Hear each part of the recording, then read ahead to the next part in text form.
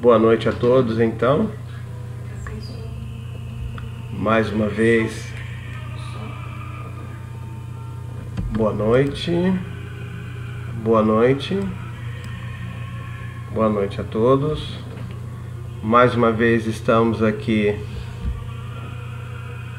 às terças-feiras, às 19h30, como estávamos antes, lá na nossa casa, no Antônio Martins, presencialmente, fazendo as palestras, dando continuidade aqui aos estudos do ESD, ao nosso temário de palestra, hoje com o tema prece, a importância, eficácia e ação.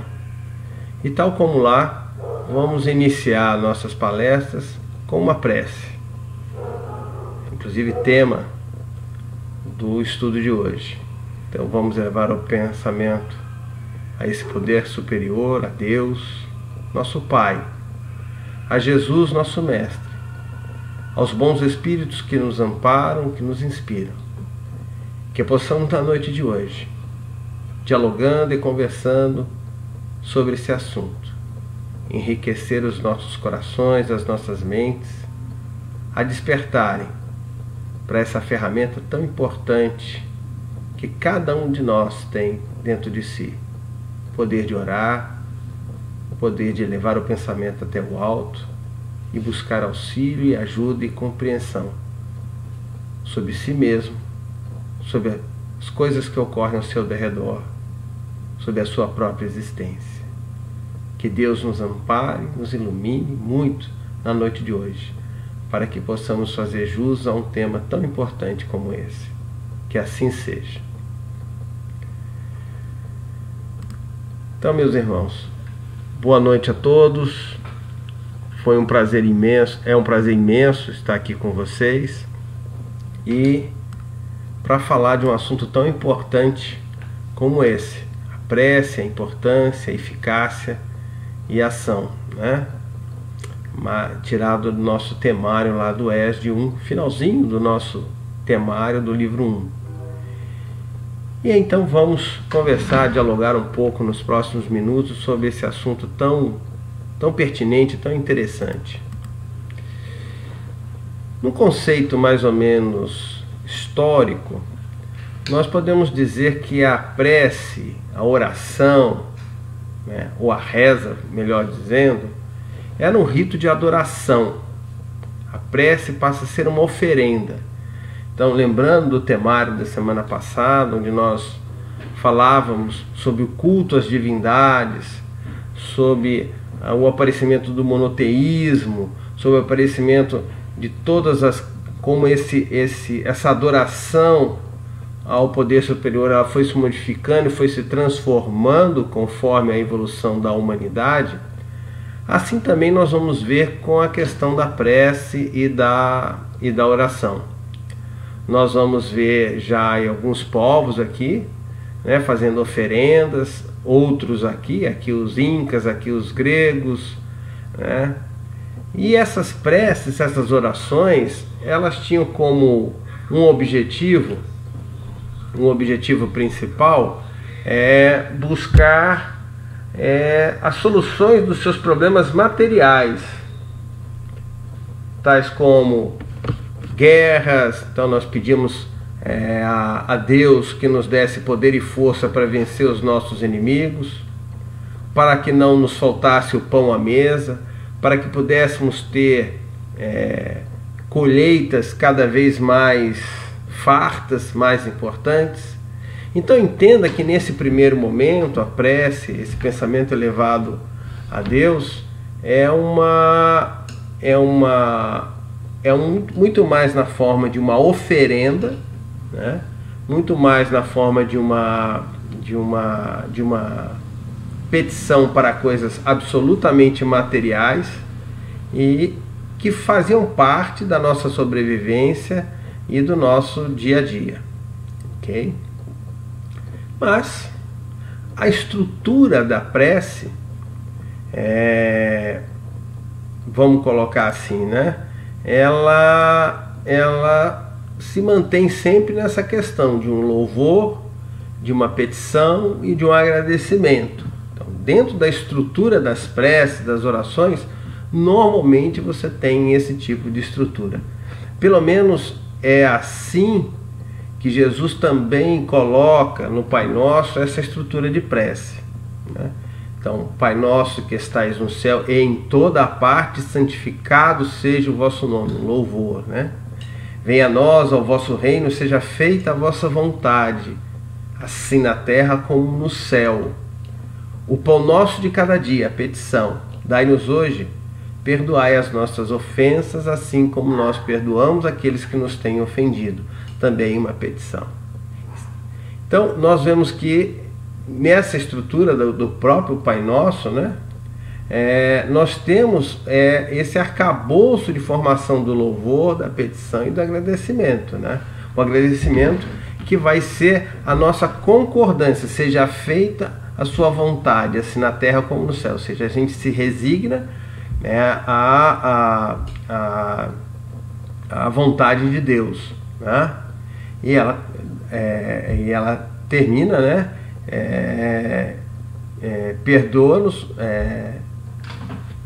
Perdoa-nos, assim como nos perdoe como assim nós perdoamos, né? E amém, que é a verdade em latim. Então essa estrutura de prece, essa estrutura de petição, ela é feita desde os começos, Jesus, assim, ele estrutura isso dessa forma. Mas a prece, de uma forma geral, como oferenda, era muito mais um louvor, muito mais uma questão de fazer uma oferenda. E normalmente toda oferenda vem com uma condição de petição.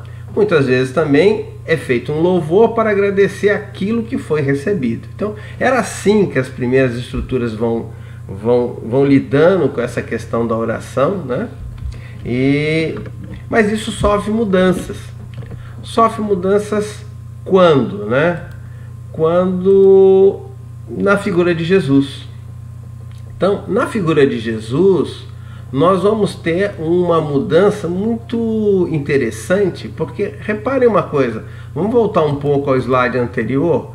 Repara que as oferendas aqui são feitas em público, ao ar livre, né? Numa tentativa vamos dizer assim, de demonstração pública do tamanho dessa oferenda, da importância que esse Deus tem dentro dessa estrutura, e isso era público, né? E isso se mantinha também na antiguidade, na época de Jesus, até que Jesus vem e traz uma informação bastante diferente. Ele é o primeiro a modificar essa estrutura quando ele diz assim: quando orardes, entrai no vosso quarto e fecha a porta, falai com vosso Pai, e orando não useis de vãs repetições, pois o vosso Pai sabe o que vos é necessário antes que o peças. Mateus 6, capítulo 6, versículo de 6 a 8. É Jesus, então, que vai fazer uma modificação nesse processo, ou seja, muito mais na estrutura do que nós devemos fazer. Passa de uma prece, de uma oração realizada ao ar livre, com um aspecto externo muito grande, para uma introspecção, né? Fechai a porta, entrai no vosso quarto e fechai a porta. Falai com vosso Pai. Jesus também é o primeiro a trazer essa mensagem de um Deus Pai, né? Não mais aquele rei poderoso, capaz de abençoar os meus canhões, de vencer os meus inimigos, mas um Pai que acolhe, um Pai que protege, um Pai que ampara, um Pai que cuida, um Pai que trata. Então, Jesus começa a fazer uma modificação no pensamento daquela época em relação à utilização da oração. E ele ainda fala mais, né? E orando não useis de vãs repetições, ou seja, porque era comum naquela época você enfatizar a prece, a oração, com palavras rebuscadas, buscando um número de palavras cada vez maior, para poder, de uma certa forma, aparentar aquela oferenda que você fazia. Jesus vem pedir ao contrário: não use palavras vãs, repetições, pois o vosso Pai sabe o que vos é necessário, antes que o peçais. E ele continua ainda, num outro versículo, a dizer: quando orardes, se tiverdes alguma coisa contra alguém, perdoai, para que também vosso Pai Celestial vos perdoe. Pois se não perdoardes também, vosso Pai não vos perdoará. Marcos 11:25. Repara aqui que também aqui Jesus vai fazer uma mudança muito interessante, porque ele vem colocar a oração com uma função totalmente diferente daquela função de oferenda, mas com uma função em que você tem que se examinar antes, tem que se avaliar antes, né?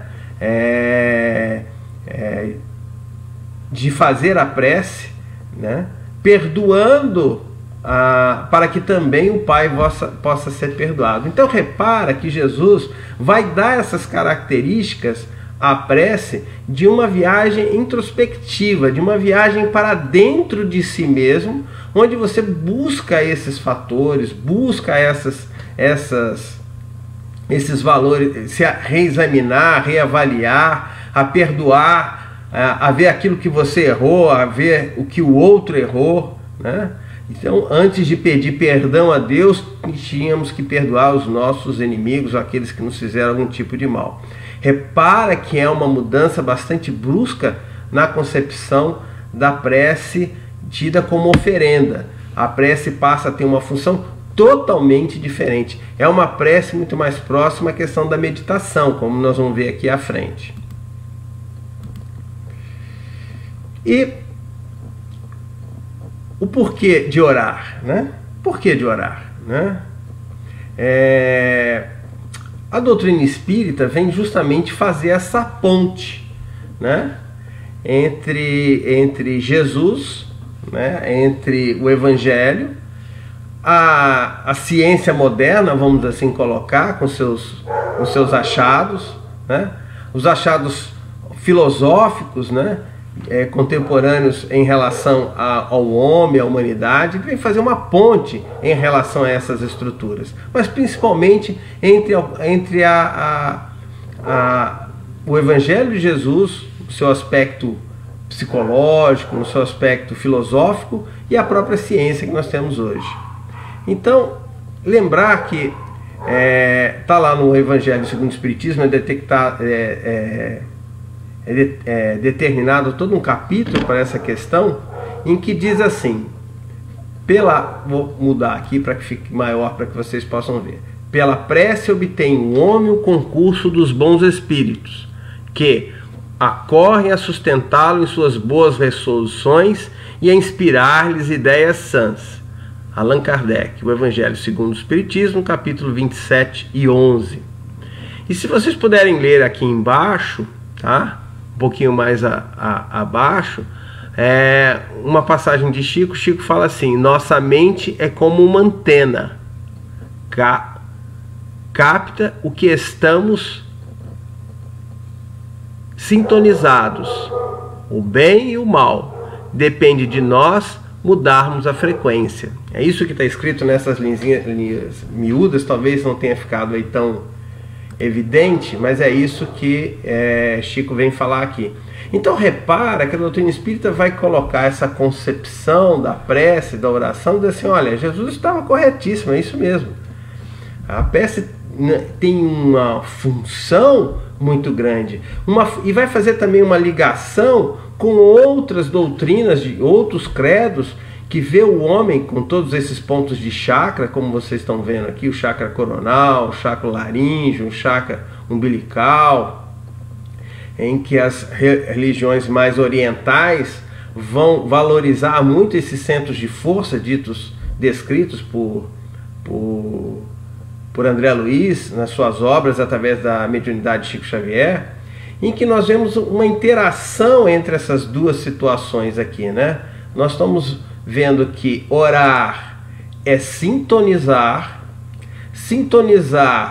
primeiro para dentro de nós mesmos, como Jesus nos pede, e buscando auxílio, como nós vemos aqui nessa figura ao lado. Ou seja, orar é um tipo de meditação onde você entra para dentro de si mesmo e busca acima de você esse sol, né, que são as influências divinas, influências dos bons espíritos sobre nós, buscando a nos amparar, a atender às nossas preces, ok?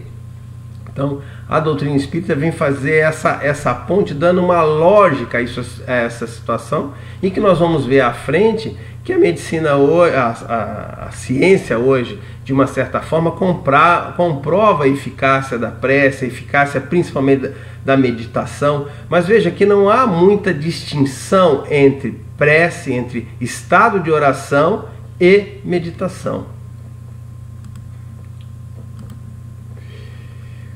E a questão toda é que o pedido, né, e o foco, né? Ou seja, aquilo que nós estamos pedindo é o foco das nossas atenções naquele momento. Ou seja, o que pedir é absolutamente importantíssimo, né? O que nós pedimos é o foco das nossas atenções. O pensamento gera sentimentos e estes geram escolhas, não é verdade? Nós poderíamos dizer que, da mesma forma que no plano espiritual tudo é criado pela nossa mente, no plano material, de alguma forma, também o é. O homem idealiza, sonha, e depois, num segundo plano, ele realiza materialmente aquilo que ele quer fazer. Assim são as casas, as construções, as obras, os relacionamentos. Eles partem de um pensamento que geram. E dentro desses pensamentos, eles geram sentimentos. E esses sentimentos geram escolhas em todos nós. As escolhas geram ações, né? Ações em busca de acolher, satisfazer aquele pensamento e aquele sentimento que foi gerado.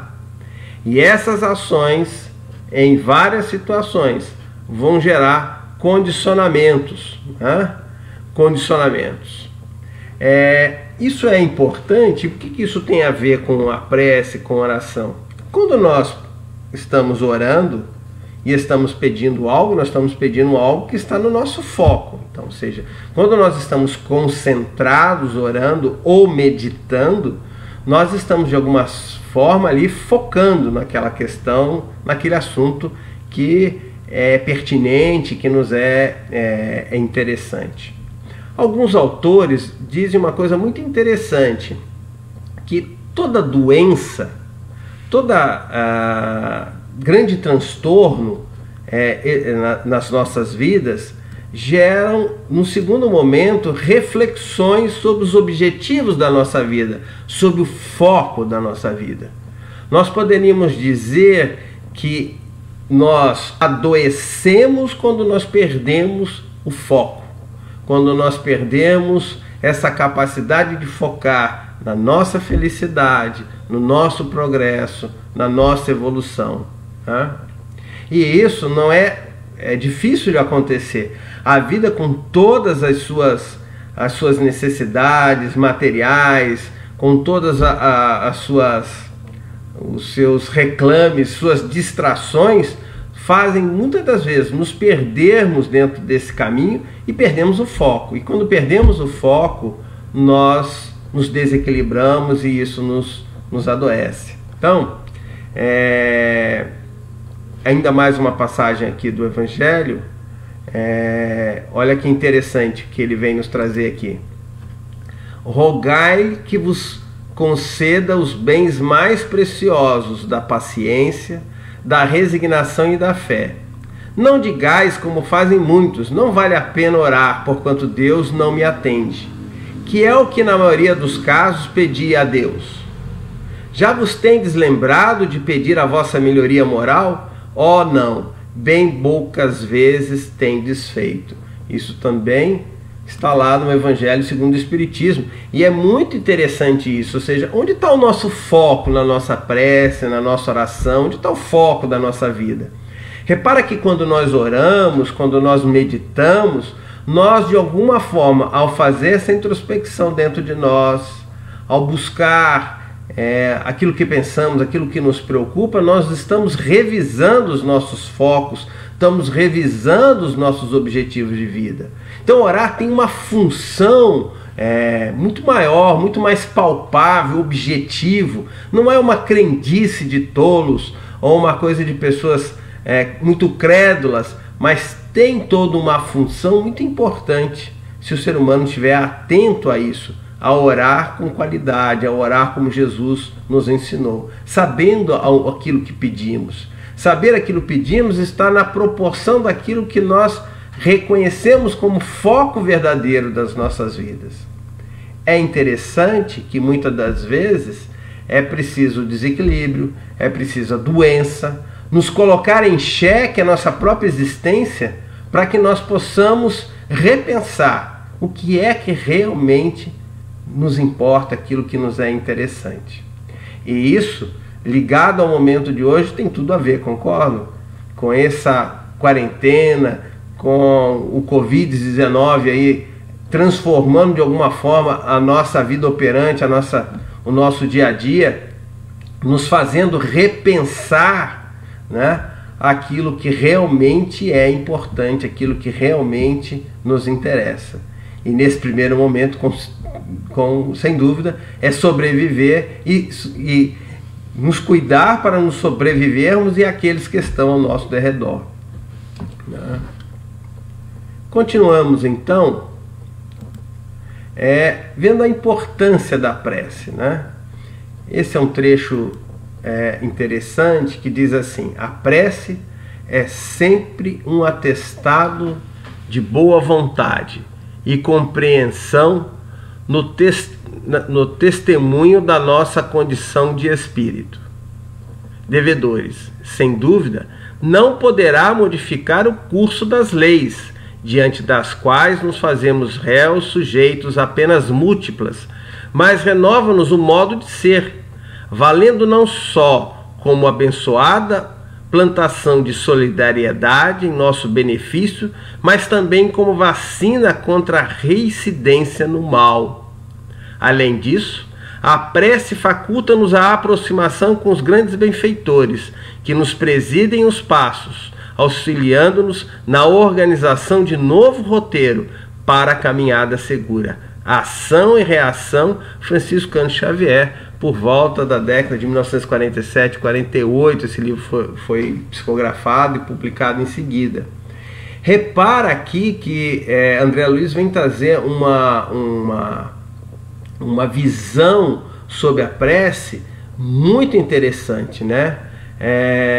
Ele vem nos colocar que, sem dúvida, as preces não vão modificar o curso das leis naturais da vida, né? Nós não podemos impedir o desfecho de algumas situações que são absolutamente naturais apenas pela nossa vontade, pelos nossos caprichos, né?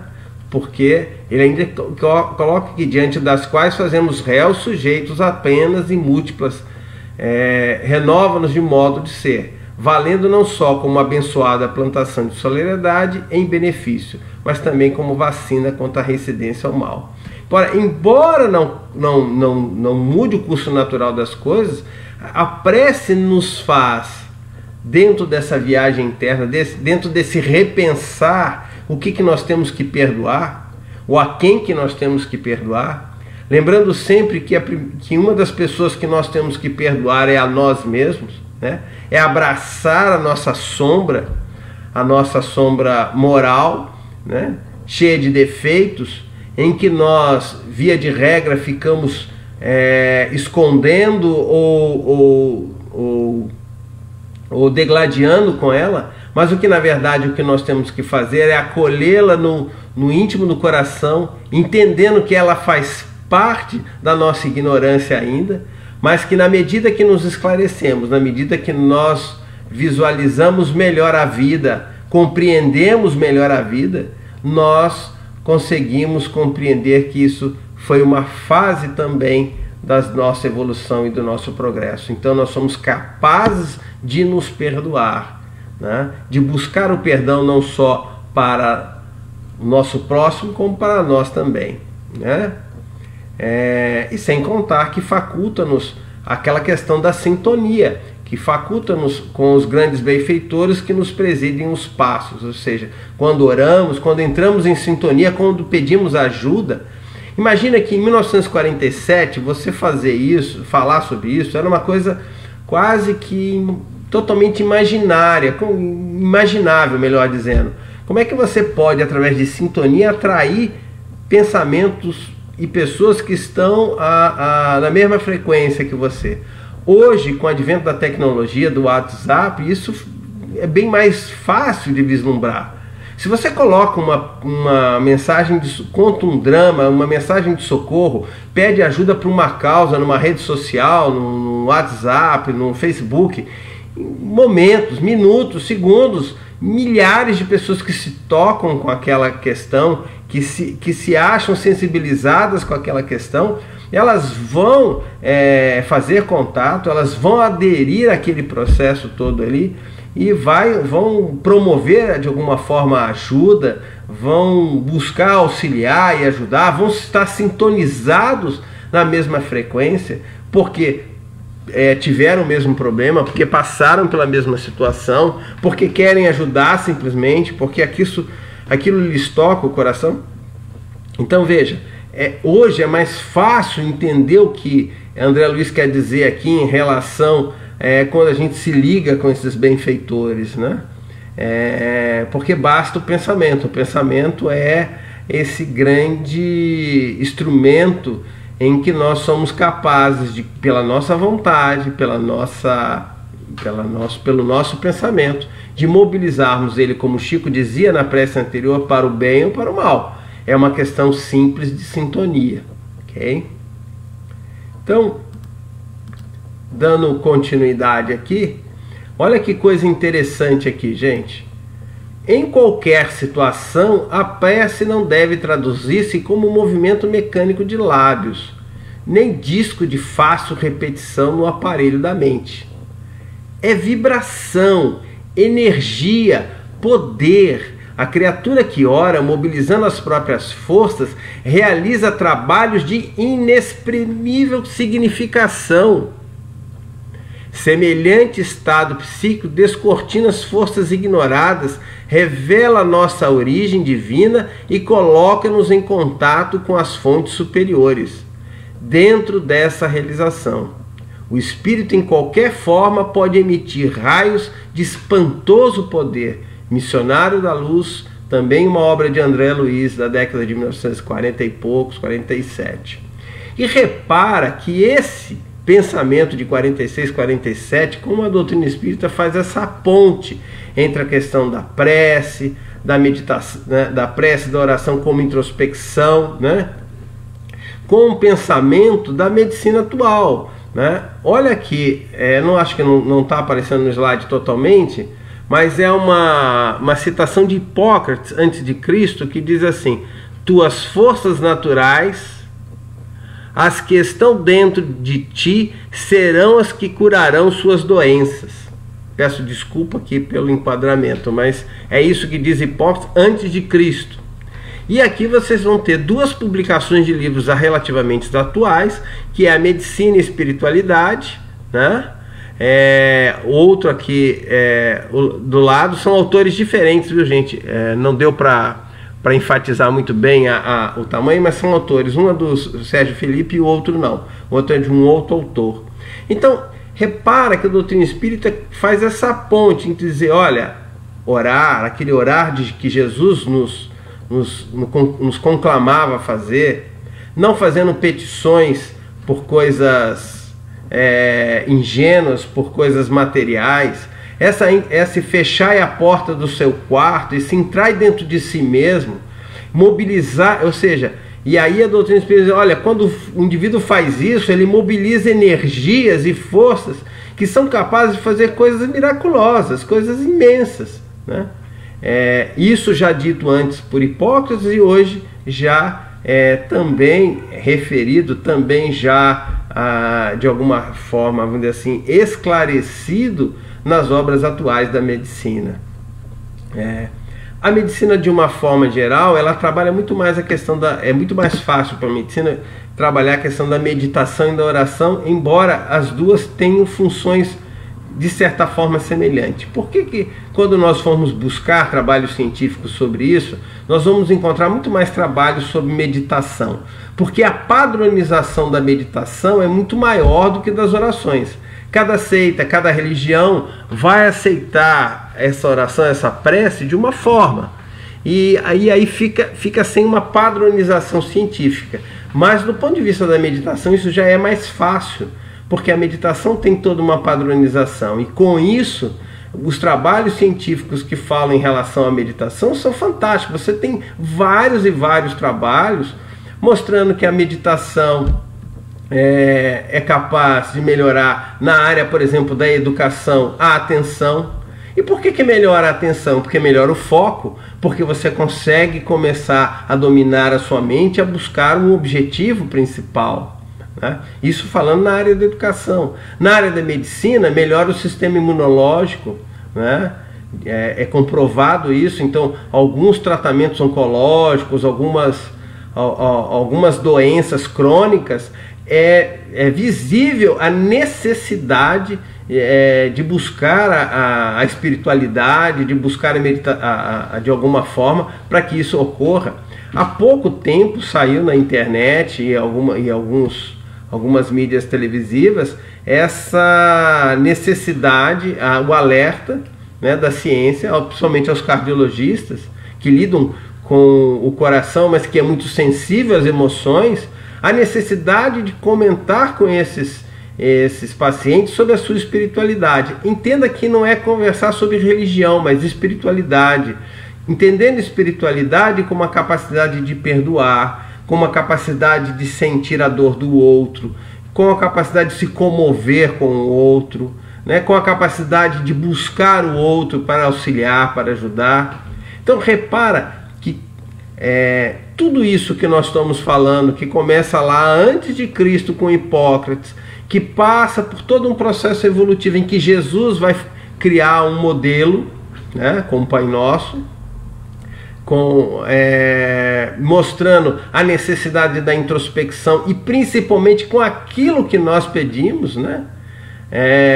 Repara como isso é atual, como isso, de uma certa forma, nós estamos falando de um momento de hoje, né? Daquilo que nós vivenciamos, né? E é sobre a eficácia, a ação da prece. O que nós poderíamos falar sobre isso, né? Então, vem aqui um outro pedaço, ó. Achando-se tudo no universo encadeado pelas leis eternas, não podem as nossas súplicas mudar os decretos de Deus. Sem dúvida alguma, há leis naturais e imutáveis que não podem ser abrogadas ao capricho de cada um. Mas daí a crer-se que todas as circunstâncias da vida estão submetidas à fatalidade, vai grande distância. Se assim fosse, nada mais seria o homem do que instrumento passivo, sem livre-arbítrio e sem iniciativa. Nessa hipótese, só lhe caberia curvar a cabeça ao julgo dos acontecimentos, sem cogitar de evitá-los. Não deverá ter procurado desviar o raio? Deus não lhe outorgou a razão e a inteligência para que eles a deixassem sem serventia? A vontade para não querer e a atividade para ficar inativo? É interessante esse trecho também aqui, retirado do Evangelho segundo o Espiritismo, que fala o seguinte: a gente compreende, né, numa visão mais ampla de Deus, que Deus não é esse ser material, como falávamos na palestra passada, esse ser físico, né? Mas a causa primária de todas as coisas, a inteligência suprema. Nós sabemos que as leis do universo não podem ser adulteradas, né? Não podem ser modificadas. Nós não podemos fazer uma prece para pedir que o mundo pare, que o mundo pare de rodar, que um dia fique congelado, que o sol amanhã atrase, né? Que as marés subam ou diminuam. Nós não temos como ser atendidos em coisas dessa magnitude. Mas entendemos uma coisa: nós somos muito pequenos diante da criação. Nós somos seres ínfimos. Acima de nós existe toda uma estrutura de espíritos mais evoluídos, né, que estão no plano espiritual, que veem as nossas querelas, as nossas dificuldades, como nós vemos as dificuldades das nossas crianças no começar a andar, no começar a falar. Então, as nossas súplicas, quando dirigidas a situações que podem provocar o auxílio e a ajuda de nós mesmos ou daquele por quem oramos, é bastante salutar. Eu me lembro de um estudo do próprio Sérgio Felipe na USP, em que foi feita uma coisa muito interessante nos porões da USP. Foi selecionado 6 pacientes na UTI. Isso é um trabalho que deve ter uns 20 anos atrás, gente, mais ou menos já. Foram 12 pacientes, 6 pacientes. Um grupo de oração se reuniu, pegou os nomes deles e oravam por eles. Os pacientes não sabiam se existia alguém ou não orando por eles, mas invariavelmente existiam ali 6 pessoas, existiam 6 pessoas que recebiam oração de um grupo de oração. E lá na UTI, pela própria rotina da UTI, é feito hemogramas 3 vezes ao dia, diariamente. E aí procurava-se observar se isso provocava alguma alteração. E observou-se que metodologicamente existia diferenças, não absurdas, mas existiam diferenças entre o estado imunológico daqueles que recebiam oração e daqueles que não recebiam.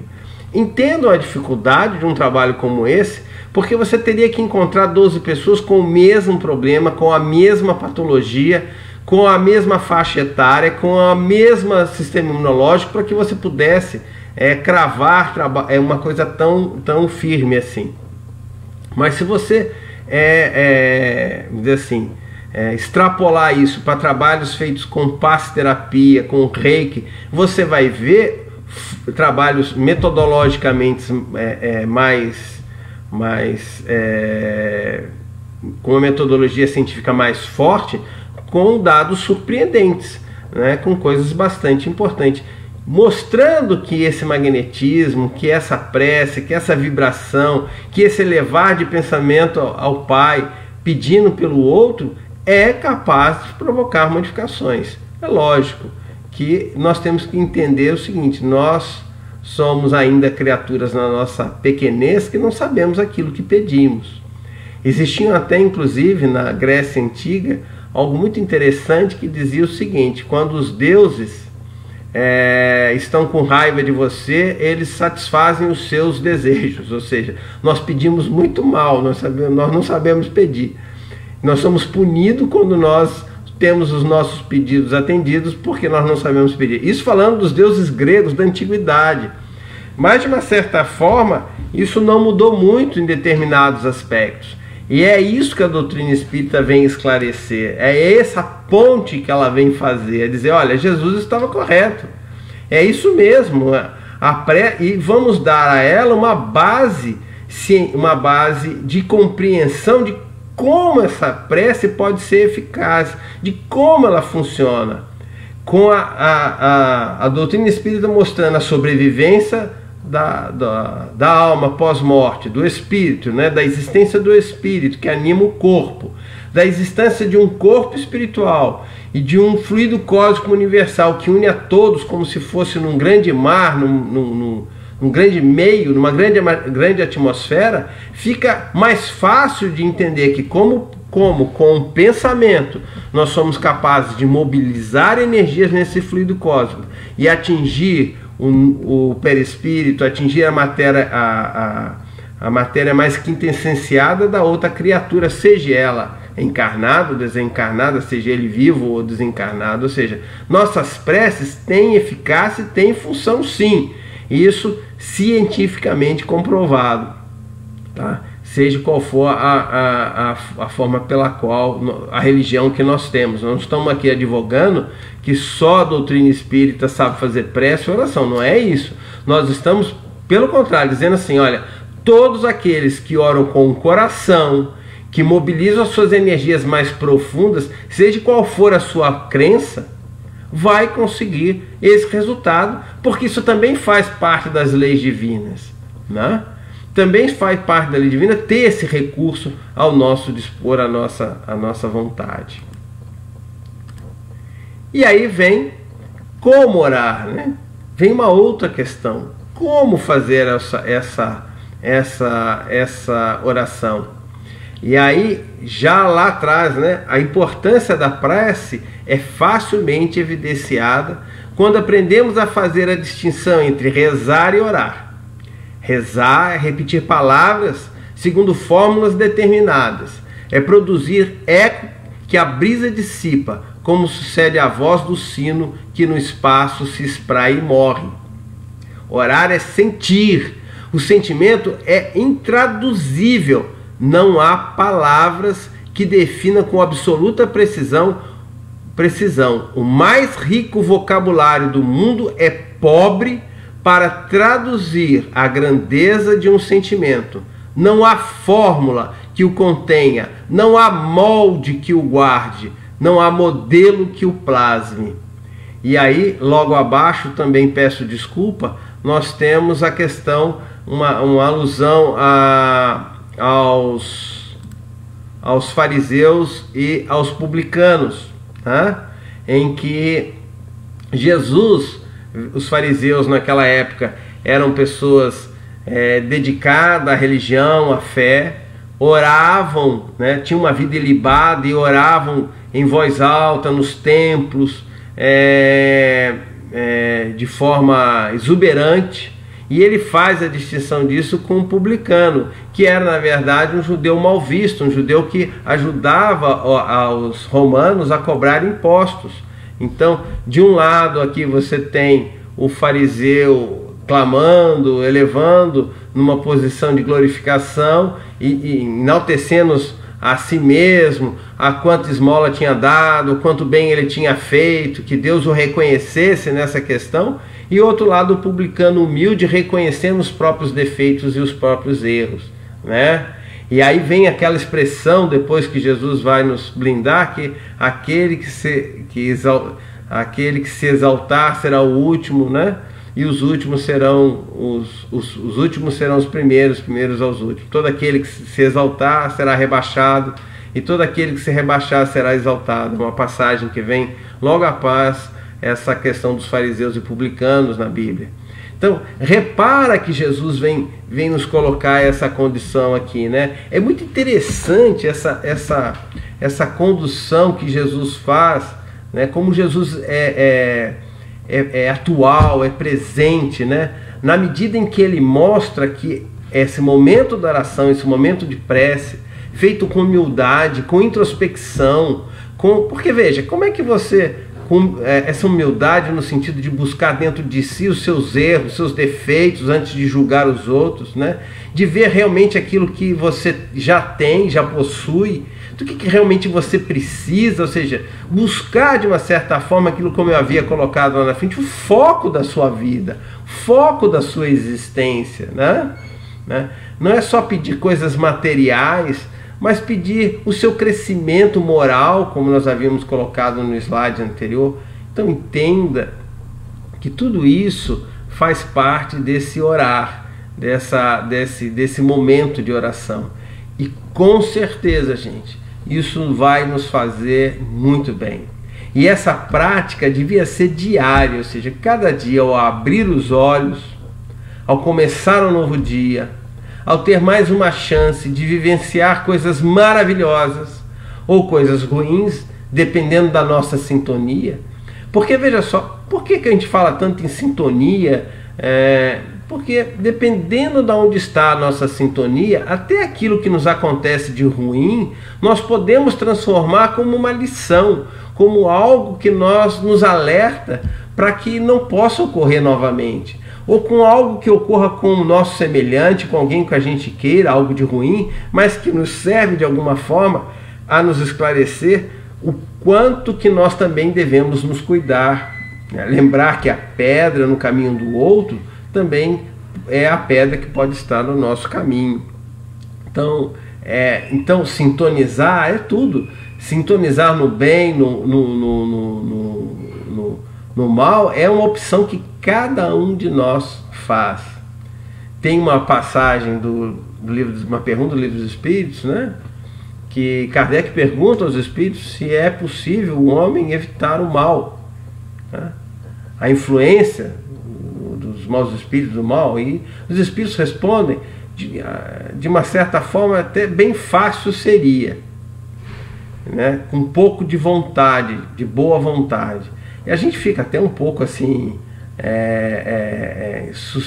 surpreendido com a resposta, porque como é que isso pode ser fácil, né? Como é que isso pode ser? Não é fácil quando a gente está na dieta, por exemplo, a se segurar diante de um pudim, de uma pizza, de um prato que a gente admira. Isso para dar um tom mais simples possível a isso. Mas entenda, por que a nossa dificuldade em resistir a isso? Porque ainda temos que reconhecer na nossa sombra que aquilo nos faz, de alguma forma, nós gostamos daquilo. Aquilo de alguma forma nos atrai porque nós gostamos. Assim são os nossos defeitos. Nós ainda estamos persistentes neles, ainda estamos condicionados dentro dele. E aí eu lembro a palestra de ontem do Marcos sobre condicionamentos, porque aquela estrutura que nós falávamos naquele slide, né? Pensamentos geram emoções, que geram ações, ações que se repetem, que formam condicionamentos, condicionamentos que são difíceis de nós vencermos, mas nós só vamos vencer quando nós fizermos essa viagem para dentro de cada um de nós.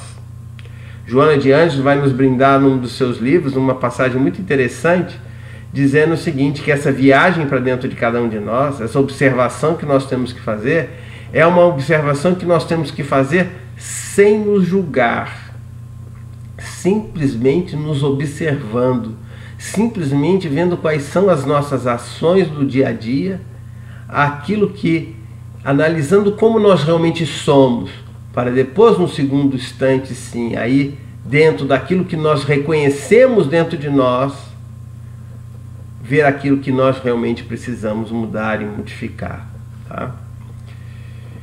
Então, mais ou menos, gente, é dentro disso que nós queríamos trazer para você. Nós já estamos com mais de quase 50 minutos de palestra aqui, e eu acho que o tempo já é até muito grande. E eu queria finalizar com isso aqui.